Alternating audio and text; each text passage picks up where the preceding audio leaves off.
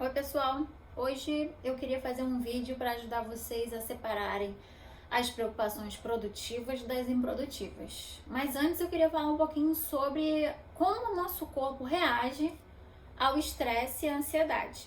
O que aumenta o nosso nível de estresse e ansiedade?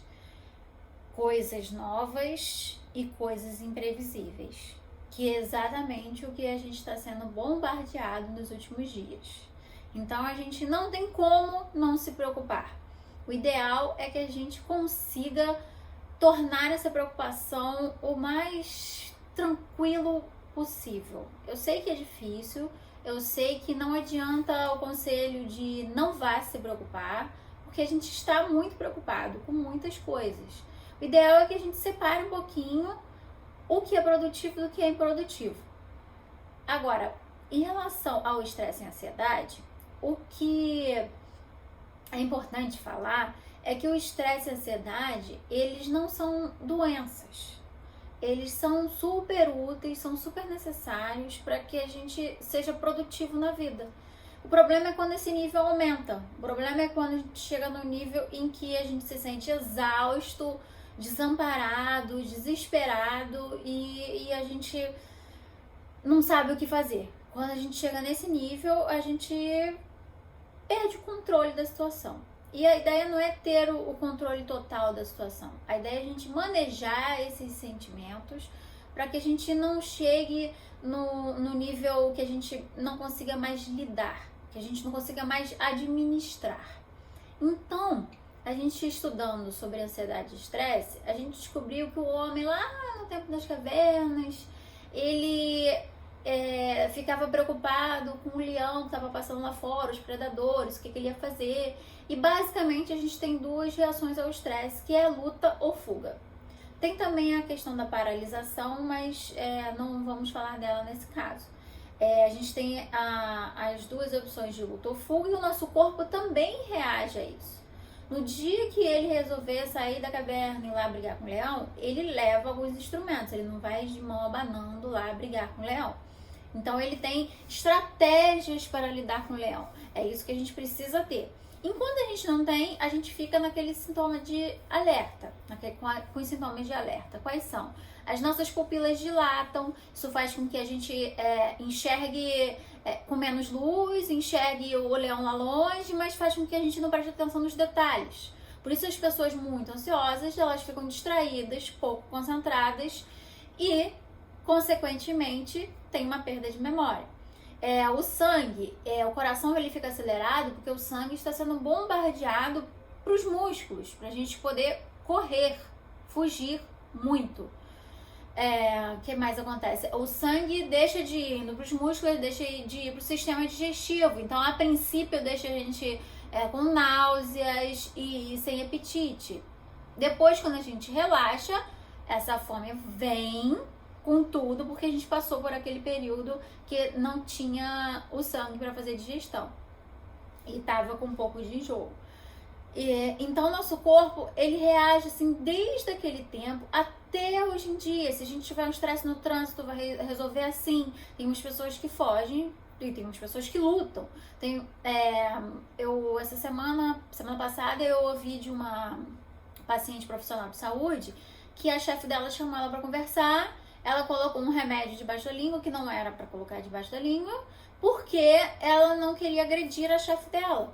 E aí ela continuou com a vontade de agredir, reação de luta, mas ela pôde usar o remédio para controlar. Não estou dizendo que foi o ideal. Ela me contou que ela usou essa estratégia para que ela não agredisse a chefe dela. Então é basicamente o mesmo jeito do corpo funcionar. Então a gente precisa ter um autoconhecimento em relação ao nosso corpo e tirar a gente desse estado. Apesar de a gente receber o tempo inteiro, ser bombardeado com notícias que deixam a gente com medo e com ansiedade. Então, a gente, quando vai deitar, por exemplo, o nosso corpo fala assim, não, peraí, como é que você vai dormir com o leão lá fora querendo comer você? Não, você não vai dormir não.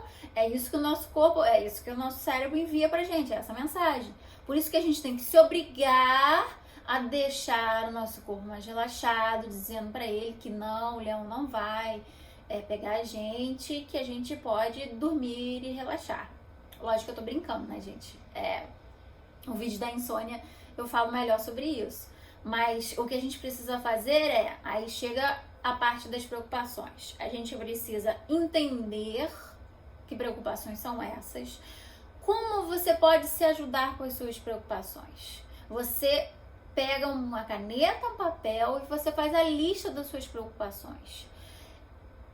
A partir dessa lista, você vê quais preocupações você pode resolver e quando.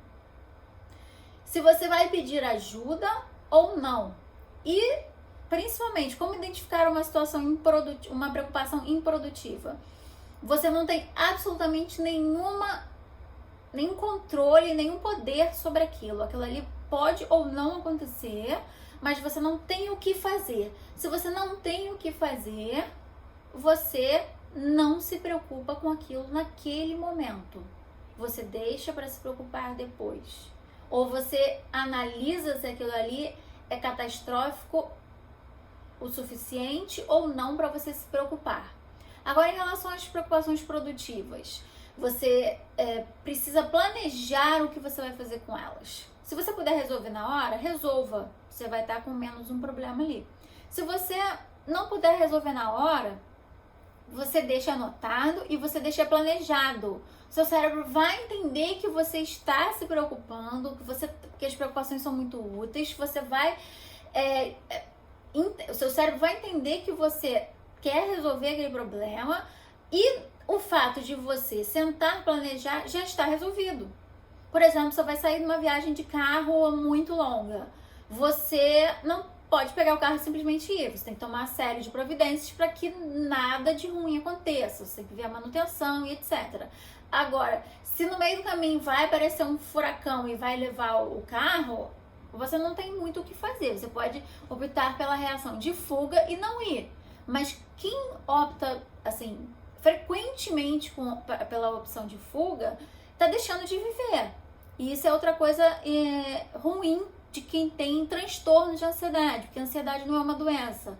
Quando ela é exacerbada, quando ela é frequente e ela não tem hora para aparecer e você não tem o menor manejo de gerência sobre isso, ela se torna um transtorno de ansiedade generalizado e você tem que realmente procurar a ajuda de um profissional.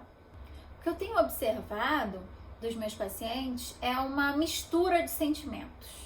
Então, por isso é muito importante você colocar no papel qual foi a situação que pode ter gerado esse sentimento. O que você pensou sobre a situação e que sentimento é esse? E dar uma nota de 0 a 10 em relação à intensidade desse sentimento.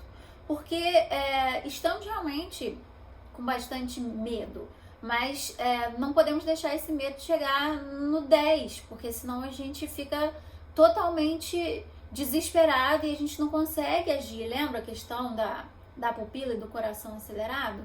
A gente não consegue agir nesse estado, a gente realmente só consegue lutar ou fugir.